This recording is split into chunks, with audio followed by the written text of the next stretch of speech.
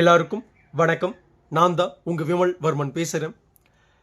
திண்டிவனத்தில் இன்னைக்கு வன்னியர் சங்கத்துடைய கட்டடத்தை இழுத்து பூட்டி ஐயா தரப்பினர் ஒரு பெரும் சண்டையை அன்புமணி தரப்புக்கு உருவாக்கியிருக்காங்க. அந்த சம்பவம் தான் சமூக வலைதளங்கள் மற்றும் செய்தி ஊடகங்களில் மிகப்பெரிய செய்திகளாக மாறிட்டு இருக்கு. அந்த செய்திகளை தொடர்ச்சியாக பார்த்தீங்கன்னா வன்னியகுல சத்திரிய சொந்தங்கள் எனக்கு எடுத்து அனுப்பி இப்படியெல்லாம் பண்ணுறது பார்த்தீங்கன்னா நியாயமா, இது பார்த்தீங்கன்னா அடுக்குமா அப்படின்ற கேள்வியை எங்கிட்ட கேட்டாங்க. நாம் என்ன பார்த்தீங்கன்னா சமாதானம் சொன்னாலும் அவங்க கேட்கல. நீங்கள் கண்டிப்பாக இதற்காக ஒரு காணொலியை பதிவு பண்ணணும் அப்படின்னு கேட்டுக்கிட்டாங்க. அதன் வாயிலாகத்தான் நம்ம இந்த காணொலியை பதிவு பண்ணுறோம். குறிப்பாக என்ன சம்பவம் அப்படின்னு தெரியாமல் இருக்கிற சொந்தங்கள் அந்த செய்திகளில் போடப்படுற விஷயத்தை நம்ம பதிவு பண்ணுறோம். நீங்கள் அந்த விஷயத்தை பாருங்கள். பிற்பாடு நம்ம அதை பற்றி முழுவதுமாக பேசுவோம். தொடர்ந்து ராமதாஸ் மற்றும் அன்புமணி ஆதரவாளர்களிடையே மோதல் ஏற்பட்டிருக்கிறது. வன்னியர் சங்க அலுவலகத்தில் ஏற்கனவே மோதல் ஏற்பட்ட நிலையில் தற்போது திண்டிவனம் டிஎஸ்பி அலுவலகம் எதிராகவும் ராமதாஸ் அன்புமணி ஆதரவாளர்கள் இடையே மோதல் ஏற்பட்டிருக்கிறது. அந்த காட்சிகளை பார்த்து வருகிறோம்.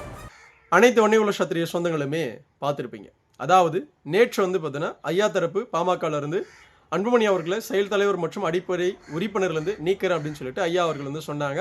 அது பெரும் விஷயமா அன்புமணி அவர்களுடைய தரப்புலேருந்து பெருசாக எடுத்துக்கல. இதை நம்ம எதிர்பார்த்த விஷயம் தான் அப்படின்னு சொல்லிட்டு கடந்து போயிட்டாங்க.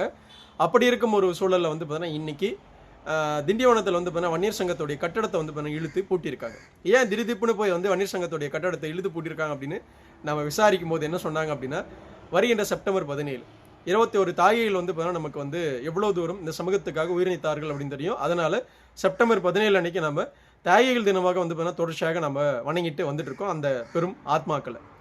அந்த உன்னதமான பார்த்தீங்கன்னா நாளை திண்டிவனத்தில் வருகின்ற 17ஆம் தேதி சில விஷயங்கள் போற்றுவதற்காக அன்புமணி அவர்கள் வன்னியர் சங்கத்துடைய கட்டடத்தை பயன்படுத்த போவதாக தகவல்கள் பார்த்தீங்கன்னா வெளியான நிலையில தான் ஐயா தரப்பில் இருக்கிற ஆட்கள்லாம் போய் வன்னியர் சங்கத்துடைய கட்டடத்தை இழுத்து பூட்டியிருக்காங்க. இந்த விஷயத்தை நேரில் பார்த்த அன்புமணி அவர்களுடைய தரப்பில் இருக்கிற வன்னியர்கள்லாம் சேர்ந்து நின்று கேட்டிருக்கிறாங்க.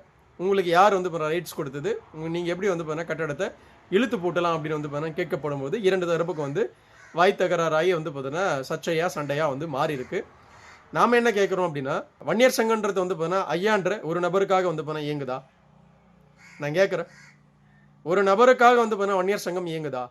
இல்லை ஒட்டுமொத்த வன்னியர் சமூகத்துக்காக வன்னியர் சங்கம் பார்த்தீங்கன்னா இருக்கா? நான் கேட்குறேன். நான் தனி ஒரு நபருக்காக பார்த்தீங்கன்னா வன்னியர் சங்கம் இங்கே இருக்குது அப்படின்னா வெளிப்படையாக பார்த்தீங்கன்னா சொல்லிடுங்க. புரியுதுங்களா? வன்னியர்கள் ஒட்டுமொத்த பேர் பார்த்தீங்கன்னா அந்த சங்கத்திலேருந்து வெளியே போய்ட்றோம். எங்களுக்கு அப்படியாப்பட்ட சங்கமே தேவை கிடையாது. புரியுதுங்களா? ஒரு தனிநபருக்காக மட்டும்தான் வன்னியர் சங்கம் இயங்குது, அவர் எடுக்கிற முடிவில் தான் பார்த்தீங்கன்னா ஒட்டுமொத்த சமூகம் பார்த்தீங்கன்னா இருக்கணும் அப்படின்ற முடிவோடு பார்த்தீங்கன்னா வன்னியர் சங்கம் இங்கே இயங்குது அப்படின்னா வெளிப்படையாக பார்த்தீங்கன்னா ஐயா தரப்பில் இருக்கிற ஆட்களோ இல்லை ஐயாவோ பார்த்தீங்கன்னா அறிவிக்கிட்டோம், அறிவிச்சிடுங்க. ஒட்டுமொத்த வன்னியர்களும் பார்த்தீங்கன்னா வன்னியர் சங்கத்திலேருந்து விலகிடுறாங்க. புரியுதுங்களா? விலகிட்ட பின்னாடி பார்த்தீங்கன்னா நாங்கள் ஏண்டானே பார்த்தீங்கன்னா கேட்டால் நீங்கள் பார்த்தீங்கன்னா எங்களை கேட்கலாம். புரியுதுங்களா? வன்னியர் சமூகத்துக்காக மட்டும்தான் வன்னியர் சங்கம் இயங்குதே ஒழிய தனி ஒரு நபருக்காக பார்த்தீங்கன்னா வன்னியர் சங்கம் கிடையாது. இதை நான் சொல்லலை. வன்னியர் சங்கம் பார்த்தீங்கன்னா ஆரம்பித்த காலகட்டத்தில் இன்றைக்கி இருக்கிற மருத்துவர் ஐயா அவர்களே பார்த்தீங்கன்னா சொல்லியிருக்காங்க. புரியுதுங்களா? அந்த வரலாறை நம்ம திருப்பி பார்த்தீங்கன்னா அவருக்கே ஞாபகப்படுத்த வேண்டிய சூழலுக்கு பார்த்தீங்கன்னா இன்றைக்கி தள்ளப்பட்டிருக்கோம். தனிநபர் சொத்து கிடையாது வன்னியர் சங்கம். புரியுதுங்களா?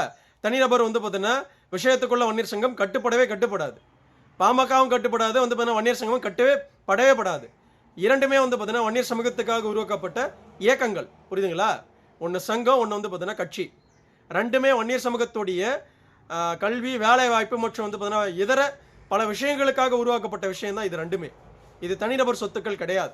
ஒட்டுமொத்த வன்னியகுல சத்திரிய சமூகத்துக்கும் பொதுவானது தான் கட்சியும் பார்த்தீங்கன்னா அதே போல் சங்கமும். புரியுதுங்களா? அப்படி இருக்கும் ஒரு சூழல்ல நீங்கள் எப்படி பார்த்தீங்கன்னா வன்னியர் சங்கத்தோட கட்டடத்தை பார்த்தீங்கன்னா இழுத்து போட்டலாம்? உங்களுக்கு எவன் பார்த்தீங்கன்னா ரைட்ஸ் கொடுத்தது? எவன் ரைட்ஸ் கொடுத்தது? வன்னியர் சமூகம் பார்த்தீங்கன்னா கொடுத்துச்சா?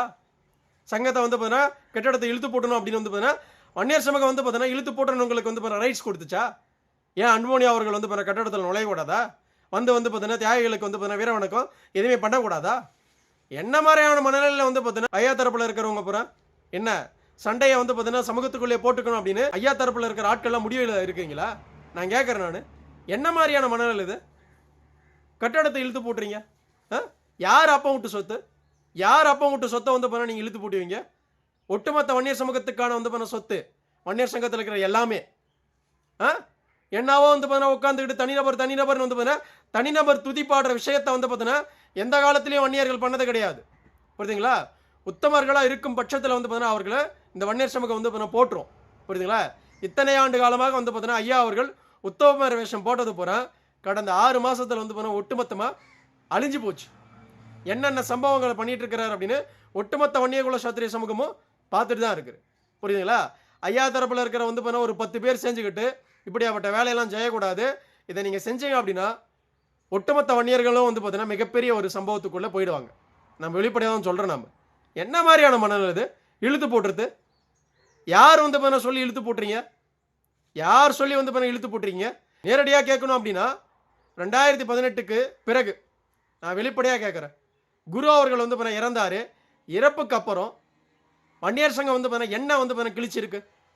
ஐயா தரப்புல வந்து பார்த்தீங்கன்னா இருந்து என்ன வந்து பார்த்தீங்கன்னா செஞ்சிருக்கு? சொல்லுங்க பார்க்கலாம். என்ன விஷயத்தை வந்து பார்த்தீங்கன்னா மீட்டு கொடுத்துருக்கு? மேல்பாதி திரௌபதி அம்மன் கோயிலை மீட்டு எடுக்க துப்பு கிடையாது வன்னியர் சங்கத்துக்கு. இன்னைக்கு கட்டடத்துக்கு வந்து பார்த்தீங்கன்னா பூட்டு போடுறதுக்கு வந்துட்டீங்க. கட்டடத்துக்கு வந்து பார்த்தீங்கன்னா பூட்டு போட வந்துட்டீங்க. குலதெய்வத்தோடைய கோயிலை வந்து பார்த்தீங்கன்னா மீட்டு கொடுக்க துப்பு கிடையாது வந்து பார்த்தீங்கன்னா வன்னியர் சங்கத்துக்கு. நாமெல்லாம் இதெல்லாம் பார்த்து வந்து பார்த்தீங்கன்னா கடந்து போனால் கூட இப்படியாப்பட்ட வேலைகள்லாம் வந்து பார்த்தீங்கன்னா செய்யக்கூடாது. ஒட்டுமொத்த வன்னியகுல சத்திரிய சமூகத்துக்கும் வந்து பார்த்தீங்கன்னா உரித்தானது தான் வன்னியர் சங்கமும் கட்சியும்.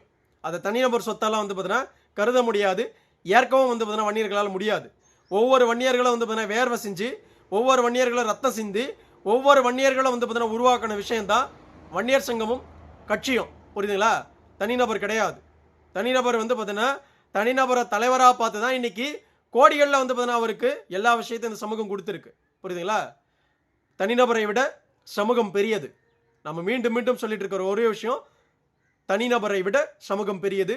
சமூகத்துக்கு எதிராக வந்து பார்த்தீங்கன்னா இன்னைக்கு ஐயாவுடைய தரப்பில் இருக்கிற ஆட்கள்லாம் பண்ணிட்டு இருந்தீங்க அப்படின்னா சமூகம் தக்க பாடத்தை வந்து பார்த்தீங்கன்னா கண்டிப்பாக கொடுக்கும். நன்றி, வணக்கம். வாழ்க வளர்க வன்னிய பெருங்குளம், வாழ்க வளர்க. வன்னியகுல சத்திரிய சமூகத்தின் பண்பாடும் கலாச்சாரமும் வரலாறும் மற்றும் வன்னியகுல சத்திரிய சமூகத்துடைய சத்திரிய தினமும் மேலுங்கொட்டு. அடுத்த ஒரு நிலக்காணொலியில் உங்களை நான் சந்திக்கிறேன்.